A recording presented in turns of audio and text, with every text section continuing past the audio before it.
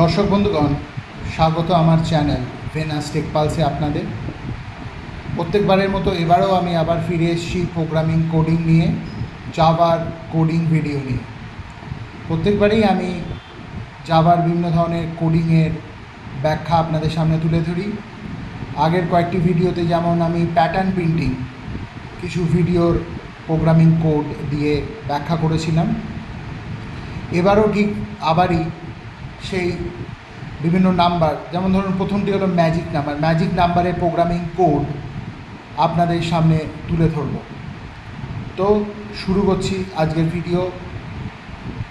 We have to input an integer and find whether the number is magic number. তো magic number প্রথমে কি আগে আপনাদের বলে দিই। ধরুন 55, আপনাদের কাছে 55 আছে। সেই 55কে যদি আপনি আলাদা করেন, মানে দুটি 5-এ বিভক্ত করেন, মানে একটা 5 আর একটা 5 আলাদা করে যোগ করেন, তাহলে আমার কাছে নাম্বার আসবে 10। এই 10কে আবার যদি আমি ভাগ করে নিই, মানে দুটি সংখ্যাতে আলাদা আলাদা ভাগ করি, 1 আর 0, এই 1 আর 0 যদি আমি যোগ করি তাহলে আমার কাছে আসছে 1। তাহলে 55 থেকে আসছে 1। এইভাবে যে সংখ্যার মানে সংখ্যাগুলো, ধরুন দু অঙ্কের সংখ্যা বা 3 অঙ্কের সংখ্যাগুলোকে আলাদা করে যখন আমার 1 চলে আসবে, সেগুলোকেই বলা হবে ম্যাজিক নাম্বার। তো শুরু করছি আজকে magic number. Import java.util.star class M নাম বলে একটা নিয়েছি ম্যাজিক নাম্বারের জন্য। Public static void main scanner S C new scanner সিস্টেম.in এর মাধ্যমে, এই স্ক্যানার ক্লাসের মাধ্যমে আমি অবজেক্টটাকে ডিফাইন করে দিলাম যথাক্রমে। আর int D S N system.out.println এন্টারে নাম্বার, অর্থাৎ আমি একটা নাম্বার আমাকে নিতে হবে, সেই নাম্বারটা আমাকে প্রথমে ভাগ করতে হবে, তারপরে মানে দুটি পার্টে বিভক্ত করতে হবে। যেমন 55 নিয়েছিলাম, 55কে 5-5-এ বিভক্ত করে ওটাকে যোগ করলে হবে 10। আবার 10কে ভাঙলে 1 আর 0, সেই 1 আর 0 1 যোগ করলে হবে 1। তো তাহলে আমি নাম্বারটা নিয়ে নিলাম, এনের মধ্যে দিয়ে নাম্বারটা নিচ্ছি, n=sc.nextInt। এবার আমি ডু লুপ চালাচ্ছি, ডু ওয়াইল লুপ। ওয়াইলও চালাতে পারি, আমি আপনাদের এটা ডু ওয়াইল দিয়ে করে দেখাচ্ছি। ডু s=0, আমি সামটাকে 0 করে রাখছি, এখানে সামটাকে আমি 0 করে রাখছি। ওয়াইল n=0, অর্থাৎ নাম্বারটা যেন 0 থেকে বড় হয়। যদি তাহলে কী হবে, ডি এর মধ্যে কী হবে, d=n mod 10, অর্থাৎ ডি এর মধ্যে এনকে যখন আমি 10 দিয়ে ভাগ করে যে রিমাইন্ডার ভ্যালুটা পাবো, সেই রিমাইন্ডার ভ্যালুটা ডি এর মধ্যে স্টোর হবে। তারপরে কী হবে, সাম করতে হবে, s+d, সামের মধ্যে আমি 0 রেখেছি, 0+d, অর্থাৎ 0+5, আমি ধরুন 55 নিয়েছি, তো 10 দিয়ে ভাগ করলে 5টা বেরিয়ে এলো, তো 0+5 হলো 5। আবার ওটা গিয়ে 5=0 হলো, মানে ওয়াই লুপের মধ্যে n=0, তো 55 থেকে 5 চলে গেলে 5 থাকে, 5=0, ইয়েস। তাহলে ডি এর মধ্যে আবার ভাগ করে কী পাচ্ছি, আমি আবার 5 আমি বের করে নিচ্ছি।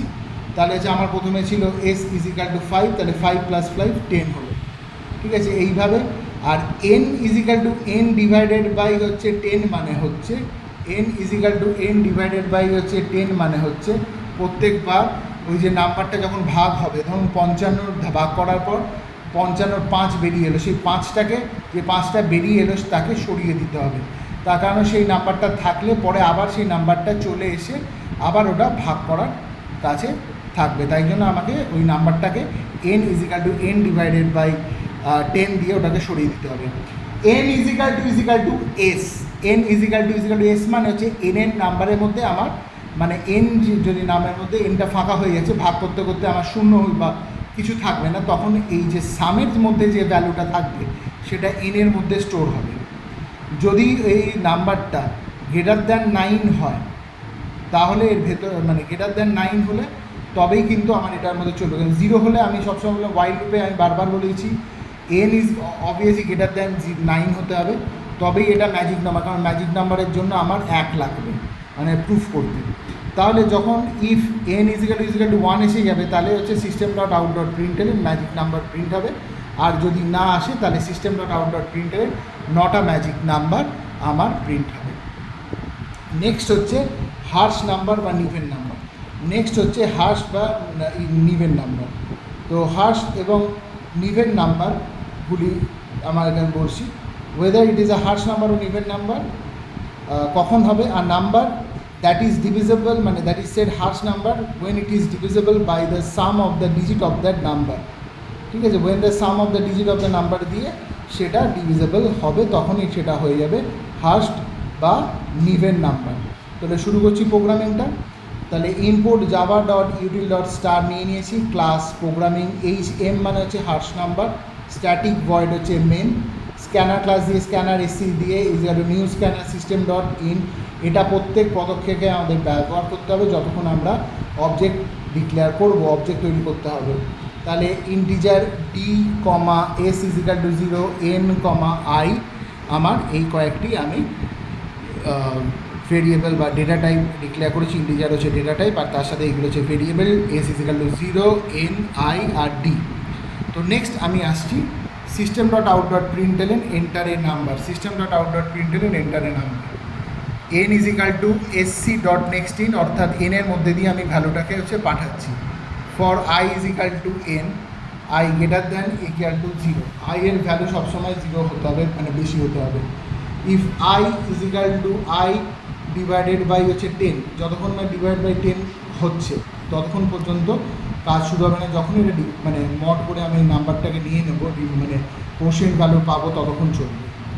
ডি ইজিক্যাল টু কী করছি, আই মড 10, অর্থাৎ আয়ের মধ্যে যে ভ্যালু হবে তার রিমাইন্ডারটাকে আমি নিয়ে নিচ্ছি। আর সাম মানে S, S equal to S plus D, sum plus D মানে ডি এর মধ্যে যে ভ্যালুটা ছিল সেটা সামের সাথে যোগ হবে বারবার।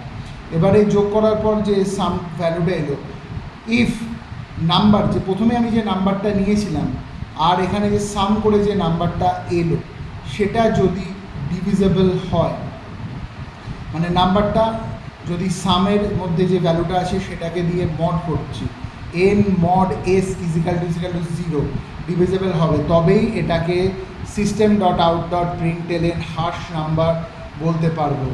এলস এটাকে আমরা বলবো নট আ হার্শ নাম্বার। এই হার্শ নাম্বার আমরা আর একটা বলি নিভেন নাম্বার, একইভাবে করতে হবে, একই মানে প্রোগ্রামিং কোড, শুধু হার্শ নাম্বারের জায়গায় নিভেন নাম্বার লিখে দিতে হবে। নিভেন নাম্বার হার্শ নাম্বার পুরোটাই এক, শুধু নামটা আলাদা, কখনো নিভেন হিসেবে আসে কখনো হার্শ হিসেবে আসে। নেক্সট আমার প্রোগ্রামিংটি হলো grab to input a number and check whether it is Kaprekar number. Kaprekar number হচ্ছে 9, প্রথমে আমি 9 নিলাম, 9 স্কোয়ার করলে 81, 81কে ভাঙলে কী হচ্ছে 8 + 1 9 হয়ে যাচ্ছে।